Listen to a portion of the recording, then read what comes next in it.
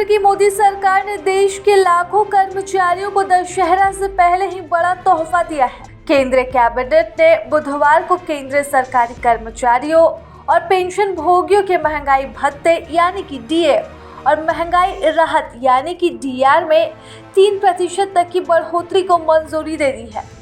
यह फैसला दशहरा और दीपावली से पहले कर्मचारियों व पेंशन भोगियों के लिए बड़ी राहत लेकर आया है।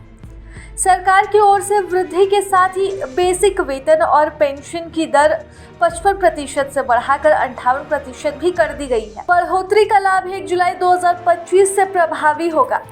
जुलाई, अगस्त और सितंबर का बकाया दिवाली से पहले यानी कि अक्टूबर की सैलरी में समायोजित किया जाएगा। इससे त्योहारों के मौसम में करोड़ों परिवारों को सीधी आर्थिक राहत भी मिलेगी। महंगाई भत्ता की यह बढ़ोतरी 7वें वेतन आयोग के दायरे में आने वाले सभी केंद्रीय कर्मचारियों, पेंशन भोगियों और परिवार पेंशन भोगियों को मिलेगी। अनुमान है कि इस फैसले से लगभग 48 लाख कर्मचारियों और 68 लाख पेंशन भोगी सीधे तौर पर लाभान्वित होंगे। जिन कर्मचारियों का बेसिक वेतन 30,000 रुपये है, उन्हें हर महीने 900 रुपये अतिरिक्त मिलेंगे। तो वहीं जिनकी बेसिक सैलरी 40,000 रुपये है, उन्हें हर माह 1200 रुपये अतिरिक्त लाभ मिलेगा। इस तरह 3 महीने का बकाया 2,700 से 3,600 रुपये तक बनता है, जो कि दिवाली के समय कर्मचारियों के हाथ में अतिरिक्त बोनस की तरह पहुंचेगा। महंगाई भत्ता और महंगाई राहत की दरें हर साल जनवरी और जुलाई में तय की जाती है। इसके लिए all Indian consumer price index for industrial workers के आंकड़ों का इस्तेमाल होता है। हालांकि इसकी आधिकारिक घोषणा अक्सर देर से होती है, लेकिन बकाया राशि के भुगतान से कर्मचारियों और पेंशन भोगियों को इसका पूरा लाभ मिल जाता है।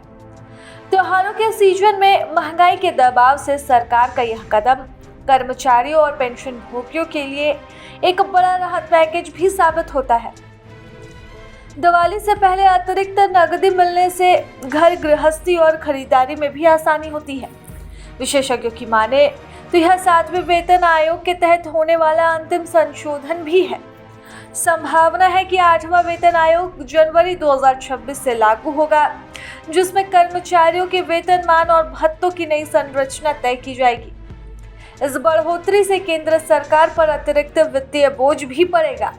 हालांकि विशेषज्ञ यह मानकर चल रहे हैं कि इससे सरकारी कर्मचारियों की क्रय शक्ति बढ़ेगी, जिससे बाजार में मांग को बल मिलेगा और त्योहारों के दौरान आर्थिक गतिविधियों में भी तेजी देखने को मिलेगी।